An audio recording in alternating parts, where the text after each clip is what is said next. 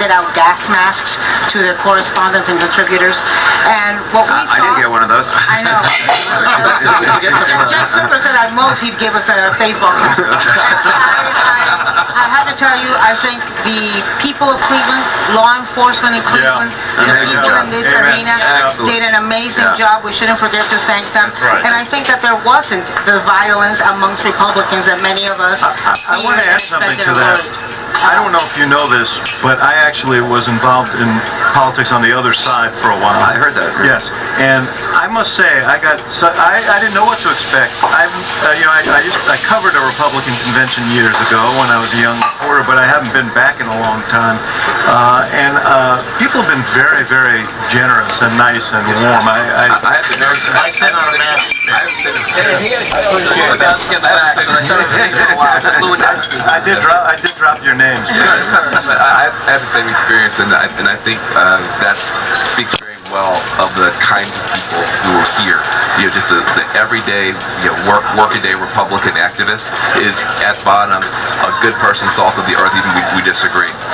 Here's what I think Donald Trump revealed to Democrats. If Democrats want to take him seriously, he showed his hand a bit. He thinks that he can pull apart the Obama coalition at some of its weak points. For instance, we talk about the Latino community often as one thing, but there are recent immigrants who may or may not be documented, and there are people from immigrant communities. There is sometimes a rub there, where people feel like the last people off the boat are now in my way. He started trying to probe at that. I think if Democrats want to hold that community together, they've got to take those probes seriously.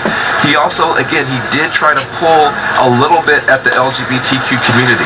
I think he did it in a way that was bizarre, because he acted like the only people who don't like them are Muslims, and he didn't point out his own platform has a bunch of anti-gay stuff in it. His judicial appointments are anti-gay, and his VP pick is anti-gay, but you can see he's trying to pull. He also did reach out to black folks. He did it in a way that, kind of cut against himself, because on the one hand he shows no sympathy for the concerns for criminal justice and police reform, but he does point out that, hey, I want those black kids to have opportunity. So what you're seeing is he's trying to pull that apart demographically, and geographically he's trying to pull away at that Rust Belt. Now, the Democrats are going to have things require sustained effort and discipline, and if he goes back to his sort of improvisational approach to these things and leaves these things on the floor of this convention hall, they're not going to mean much. And I think they probably require a candidate who has more credibility in those communities than he does, and I think he was trying to do that repair work, but I think he doesn't realize that, for instance, when black people hear law and order, they hear lock black people up. Yeah. I mean, and it's actually something that Richard Nixon realized in his speech. He talked about law and order, and he said, I do realize that people think that's racist. Let me tell you something else that came out to Let me just ask you though, moving forward, does the campaign continue to have big events? I mean, it seems to me what has gotten to me here are these huge events which have been extraordinary, huge turnout, but not a traditional campaign, not a lot of town hall meetings, things like that, not a lot of retail politics, just fly in, have a huge event, do it somewhere else.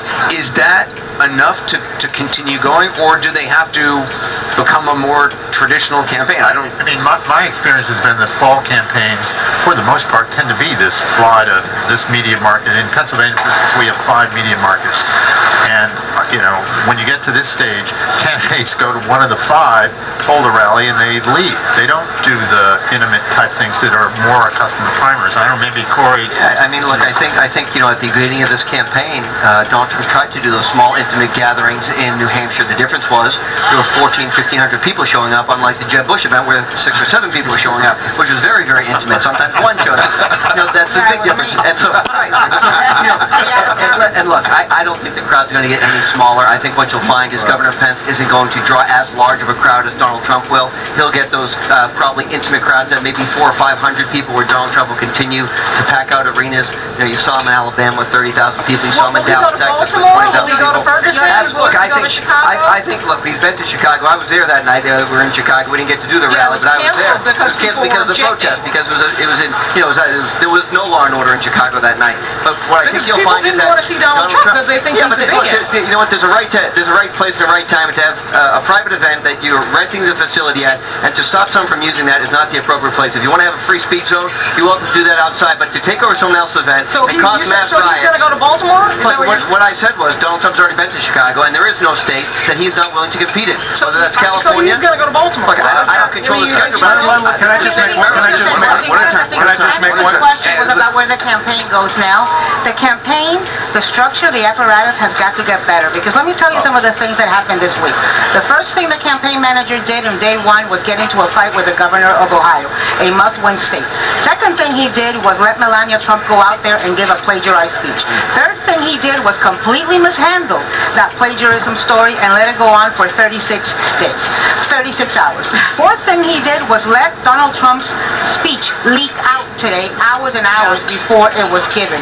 The other thing he did was say today that women are going to vote for Donald Trump because they're worried that their husbands can't pay the bills. Well, I don't know where those husbands are, because I got to pay my own damn bills. None of this matters. None of that matters on Election Day, November, and look, who knows what's going to happen. No one listens when we all talk. David. Here's the point. These things are symptomatic. You guys ran an extraordinary campaign in the primary, and it was very much built around Donald Trump, his persona, his instincts. Once you get to a general election, and we saw some of it here, some of the impacts of lack of infrastructure, lack of organization, somewhat lack of discipline, things happen, and you need to compete in a general election. You need the apparatus, you need the infrastructure, and you need the discipline to compete. And I have two words. Let Corey respond. I think that comes. I think you're exactly right, David. I think what you find now is that the fundraising is picking up. They raised $3.5 million yesterday, their first day out with Governor Pence on the ticket, right?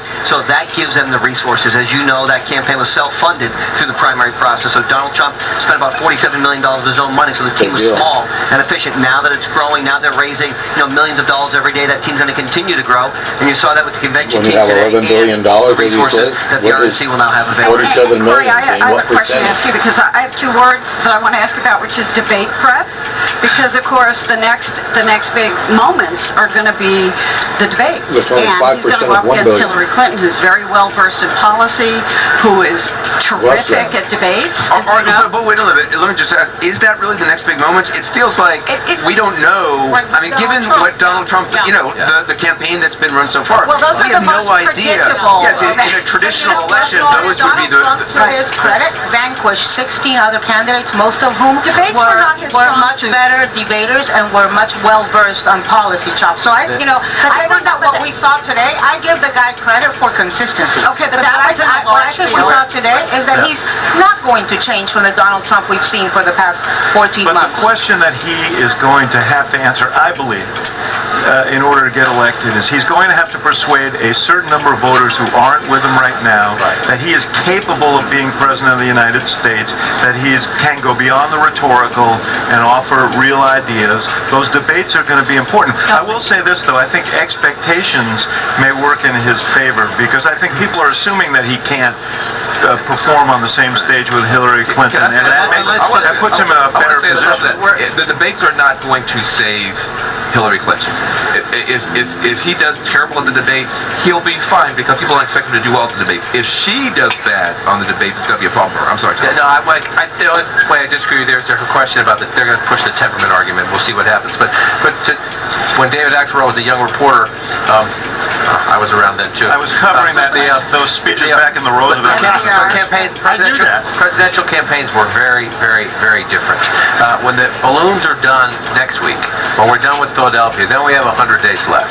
And to the point of Donald Trump trying to expose those cracks in the Obama coalition, or the weak points anyway, and to create cracks, in the modern day, in the old days, you had to knock on doors, you had to call people on the telephone. Are you still with me? Are you still with me? Are you sure you're going to vote? What about your spouse? Nowadays, with data and everything else, they know their voters. They don't just know their numbers. They don't know the percentage. They know who's hard, 100%, who's 80%, who's 70%. They know their names. They know where they live, and they know what motivates them. And so what the Clinton campaign will do after this is go back through their file. Did he move African Americans in Ferguson, Missouri? Did he move Latinos in Miami-Dade County? Did he do anything? And so the the infrastructure implementation and management of the campaign, where we have seen some mistakes here this week, that's important for Trump going forward. We got to take a quick break. Coming up, Americans who watched Donald Trump's speech weigh in, and they like what they heard. Our instant poll results ahead.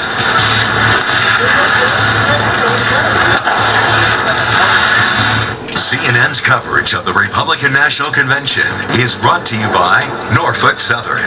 One line, infinite possibilities. Go to CNNPolitics.com for trending political stories and the latest news on the campaigns.